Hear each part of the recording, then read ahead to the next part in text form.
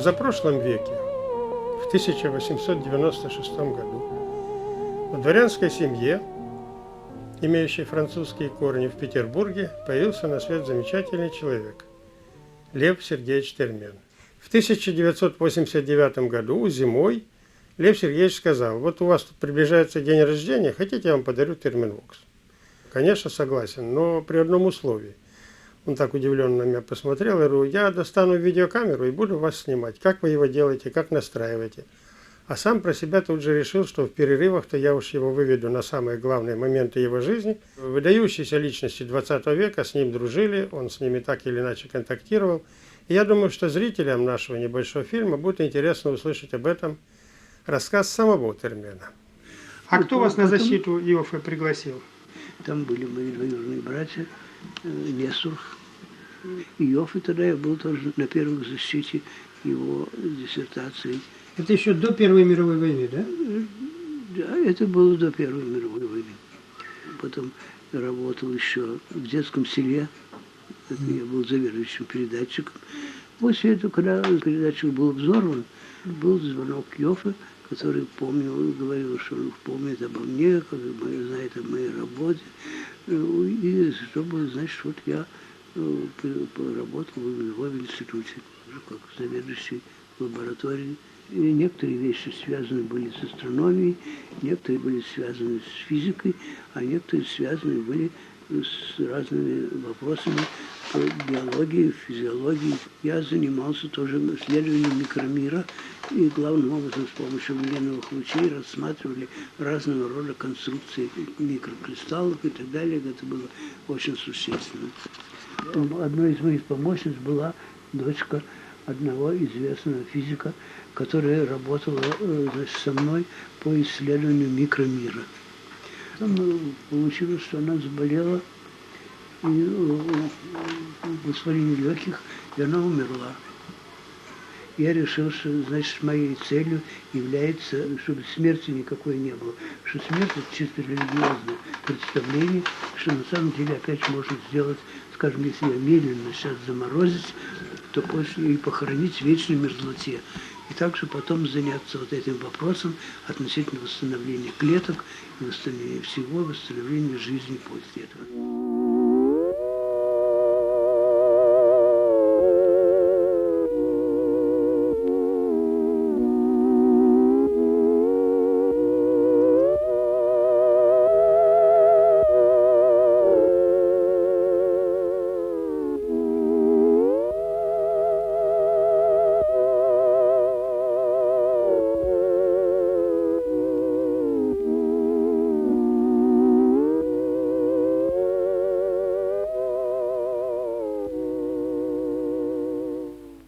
На 8-м электротехническом съезде Термен блестяще выступил со своим Терменвоксом, поразил всех, кто на съезде собрался. И был там такой начальник наркомпочтеля Николаев. Сумел доложить Ленину, что вот видел такого интересного человека. Он потом показал свой аппарат в Кремле. После съезда он позвонил ко мне и просил срочно приехать. По указанию Владимира Ильича я должен показать мой музыкальный инструмент, и инструмент мой для охранной цели в кабинете Владимира Ильича в Кремле. Приехали в Москву, пошли в Кремль, подготовили аппаратуру для демонстрации. Владимира Ильича тогда не было. На этом месте он был на заседании, а мы приготовили, встретил нас секретарь Фотиева, которая предложила, что она будет аккомпанировать. Принесли небольшой рояль в кабинет Владимира Ильича, и мы с ней прорепетировали некоторые вещи для демонстрации. Но затем долго довольно ждали. Владимир Ильич был на заседании, и потом, значит, он пришел в сопровождении членов заседания. Он подошел ко мне, и он на меня произвел очень большое впечатление. Я показывал музыкальный инструмент. И Владимир Ильич очень внимательно меня слушал, и я, так сказать, смотрел на него, действительно, как изменялось выражение его лица, его взгляды, в зависимости от того, какая тональность, психическое выражение той музыкальной речи, которую я играл. Ну, я сразу почувствовал, что он действительно музыку очень хорошо понимает. После этого я дал ему попробовать самому сыграть жаворонок Глинки. Он подошел ко мне, к инструменту, я встал сзади него, взял его руки, и под аккомпанемент Фотию мы начали играть жаворонка. Оказалось, Владимир Ильич очень хороший слух был. Я постепенно начал отпускать его руки, и он кончил видеть самостоятельно. Под общие аплодисменты, и сам сказал, что очень приятно ему играть, что важно, чтобы я сейчас такие чудеса показал бы во всех городах нашего Советского Союза, показать, какие вот интересные вещи может творить электричество. Мы потом с ним долго разговаривали по поводу тех работ, которые были связаны с разными исследованиями под руководством Йоффе, связаны как с исследованием микромира, так и макромира. Он сказал, что ему очень нравится моя работа, и если нужно будет, он мне с большим удовольствием поможет, чтобы я к нему приехал в Кремль или позвонил, если это потребуется.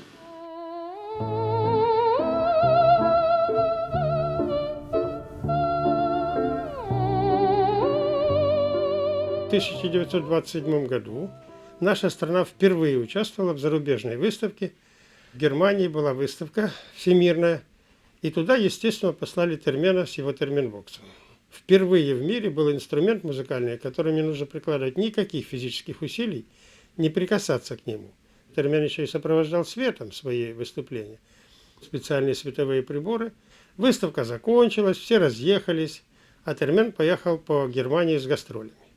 В Берлине на его выступлении был Эйнштейн, сидел в первом ряду. Когда он поехал во Францию, там уже просто с нетерпением ждали. В Гранд-Опера были потрясающие вечера и с оркестром, и без оркестра. И на этот счет имеется совершенно уникальная статья, написанная князем Сергеем Волконским. Фантастическое такое сооружение с прекрасной акустикой, в котором только высокая классика, в котором уже были проданы билеты. Отменили все то, что там было, сказали, потом покажем, и отдали Гранд-Опера Термену. Кому? Советскому изобретателю.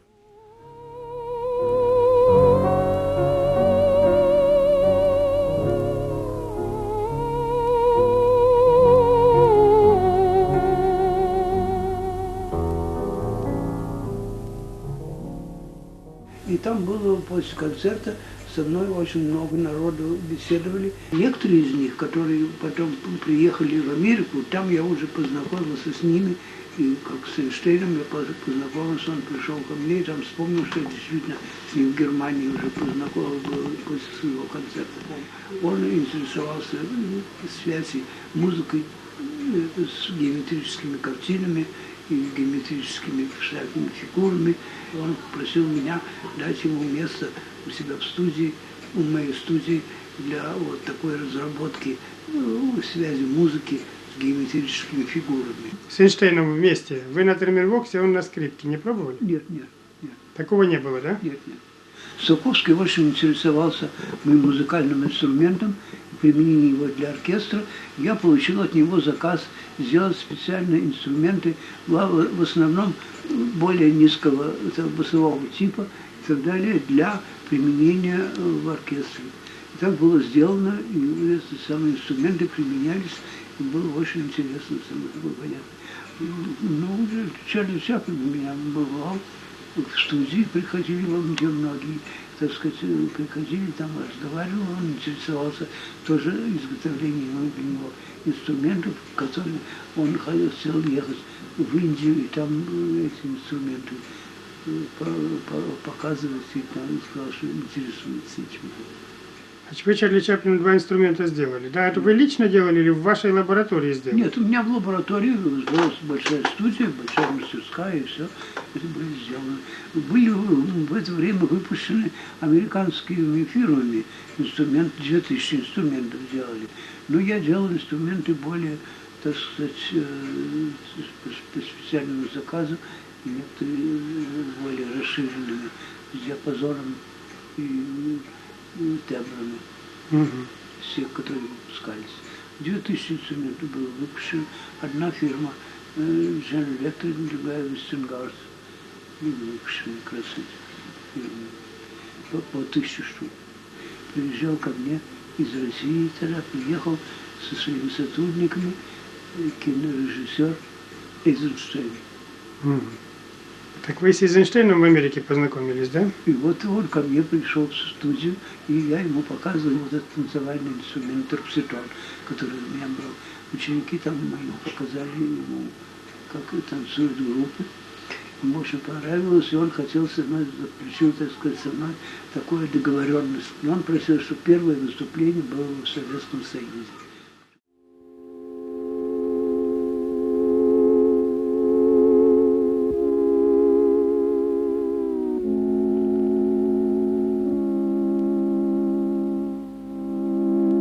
После своего лагеря в Магадане послан в Москву специально в место, где занимался Туполев со всеми со своими сотрудниками. Это был большой институт, и все они были, считались арестованными. Это, правда, они жили там все хорошо, очень, работы все хорошо, но на улицу и, так сказать, в гостях гости они не могли ходить, потому что были не свободны. Ну, я тоже был среди этих арестованных, там находился. После этого институт Туполевский послали в Омск для работы там подальше, потому что ожидалось в этом, что будет наступление. Ну, я там начал тоже работать по авиации, придумал новое устройство беспилотного летания, то есть, чтобы был самолет, который бы мог летать, если нужно, на границе и во время войны. Вся руководство было бы по радио на расстоянии. Нужно было много сделать модель, значит, больше первого сначала это было из фанеры, такой деревянный самолет. Туполеву очень понравилось, он сказал, что мне вызовет своего нового помощника. Это был Королев. Сергей Павлович. Да, Сергей Павлович. Вот, и он, значит, со мной работал, помогал мне пилить фанеру, сам пилил. Я ему рассказывал относительно всех устройств, которые нужно было. Он помогал мне делать чертежи и так далее. Так что очень хорошее впечатление на меня произвел по своей работе. Около 2 месяцев, как он со мной работал там. После этого было, значит, он тоже был заключенный, как и я. Все заключенные авиаторы в этом время, в этом году были освобождены, а я не был авиатором и считался, еще продолжал быть заключенным и был послан после этого в Ленинград. То есть после Омска вас в Ленинград направили, да? Да. Потом был послан тоже в Москву и работал в специальной лаборатории по электронике, по всяким вещам. Я хотя и считался заключенным, но был заведующим лабораторией и очень хорошие работы там производил. Ну, А что это за работа? Сейчас можно об этом сказать? Да, работа это называлась «Буран». Это был новый способ, оптический способ, что можно было на расстоянии нескольких километров наблюдать и слышать то, что говорится в доме, если наводить специальную аппаратуру в области невидимого света на стекла помещения. Тогда было слышно, что говорится в комнатах за этими стеклами. Было устроено на американское посольство, можно было слышать очень хорошо, что там говорят внутри. Но, к сожалению, хотя физически это очень хорошо было слышно, но, к сожалению, разговоры, которые были, они политические особенной важности не имели. Так что, так сказать, говорили там о всяких хозяйственных делах и так далее, но они политические. В конце концов, подошло время, когда кончился мой срок заключения, которое было на 8 лет. Но, во всяком случае, я вот тогда получил премию сталинскую. Новый дом строился в КГБ, и хорошо мне дали там большую, хорошую квартиру. Это на бывшей Калужской, да? Вот, это на бывшей Калужской. Это значит, что... Лев Сергеевич? Да. А вот за что вам, собственно говоря, дали премию? За какую работу? Главное, в основном, это были занятые работы, которые я делал там, и одна из важных была это Буран. Буран, да? Да, то есть здесь были еще некоторые исследования мною произведены, были по разного рода акустическим вопросам. Электромузыкальный инструмент терминвокс – это первый инструмент такого типа. Это песенно-голосовой инструмент. В нем управление мелодией достигается посредством Движение руки и пальцев рук в зависимости от исполняемой мелодии. Без прикосновения к чему бы то ни было. посредством влияния на электромагнитное поле около инструмента.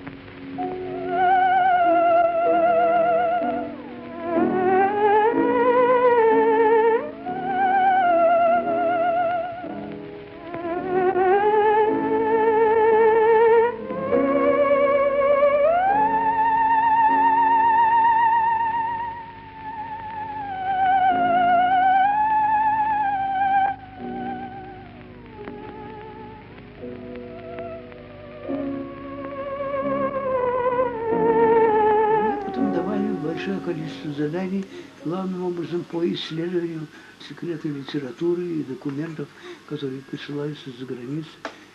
Потом получилось так, что после освобождения своего я остался работать в КГБ. Значит, освобожден я был в 1947 году, и примерно до 1966 года я оставался работать в КГБ. И прошло время мое, я имел право подать прийти на пенсию. Так что в 1967 году уже стал работать в других учреждениях. Первым учреждением была консерватория, да? Но одним из первых была консерватория, да. В консерватории долго поработали? Я сейчас не помню, примерно года полтора. Что ли. Я там был заведующим инженером по музыкальным инструментам. Уже после этого я перешел в университет. Кто пришел в университет после стольких лет? Надо сказать, что в первой половине жизни замечательный экспериментатор. Это был ученый, это был музыкант и создатель уникальнейших систем мирового уровня. Дальновидение впервые в мире систему телевидения сделал работающую. Возможность ощущать на расстоянии телетач, передача информации через гравитационное поле, микроскоп времени. Он создал и терпситон, и терменвокс, и другие инструменты. И за все эти масштабные работы, которые прославляли нашу Родину, государство расправилось с терменом так же, как и со многими светлыми людьми. Мы видим постановление о том, что его лишают свободы. Стандартное обвинение, которое всем предъявлялось, участник фашистской организации работал в пользу иностранных разведок. А он всегда работал только в пользу Родины. И тем не менее, находясь на Колыме, находясь в Шарашках, в Туполевской Шарашке, он сделал так много изобретений, что ему дали сталинскую премию, освободили в 1947 году, подтвердили освобождение в 1957 году. Видите, прекращено за отсутствием состава преступления. И такой великий человек попадает в МГУ рабочим, и ему в этом положении не может помочь даже ректор. Но Лагунов симпатизирует мне и работам, которые я и музеем, и мне хочется, чтобы дали возможность работать. А с другой стороны, он имеет уже назначенных начальников разных участков, и все должны действовать на основании этого. Так интересно, как же это так? Ректор университета хочет вам помочь и не может. Не может. Почему не может? Помещение все уже роздано, все имеют определенные, уже имеются планы, и официально на мастеру считаются. Вот. То есть вы сейчас числитесь рабочим, да? Все, рабочим, да. Рабочим, мастер. Ну и что, это тоже мешает Лагунову вам дать помещение? Нет, это ему не мешает. Но вообще говоря, то помещение, которое я буду иметь, те вещи, которые я буду иметь, приборы и так далее, не могут быть даны мне, а должны быть только кому-нибудь, кто будет мной заведовать. Кто вами должен заведовать? Ну, кто-нибудь. Какая горькая фраза. Помните, кто был ничем, тот станет всем. И вот это кто-нибудь уже руководило и страной, и университетами, абсолютно не понимая уровня этих предложений, которые делал Термен. Не смогли помочь в будущем и Валентина Степановна Гризодубова, героическая летчица, к которой обратился, чтобы она помогла разрулить эту ситуацию с Терменом. Она написала о Термене письмо Земянину в ЦК КПСС, Земянин Елютину, министру образования. Но тот, конечно, дал чудовищный ответ, а механик, рабочий, у него те же самые условия, что и у других. А Термен со своей детской улыбкой в 93 года продолжал мечтать о долголетии и бессмертии. Он с этой идеей пошел в ЦК, и, вернувшись из этого ЦК, он сказал: «Старики меня не поняли». Они не хотят этим работам давать ход, да? Давать ход, потому что если люди жить дольше, или вдруг нет, то и у каждого уже старый, а потом вдруг они будут опять жить и восстанавливать жизнь, как же будет ужас какой. Некоторые думают даже мало восстановления старых людей. Ну, некоторые, конечно, считают, что это лучше вдруг Сталина восстановить. Ну, а вообще говоря, некоторые считают, что лучше уж, если время подошло, пусть человек умирает, будет место это другие работать, и так далее, всем будет место жить, и меньше продовольствия надо, если все жизни будут более длинные.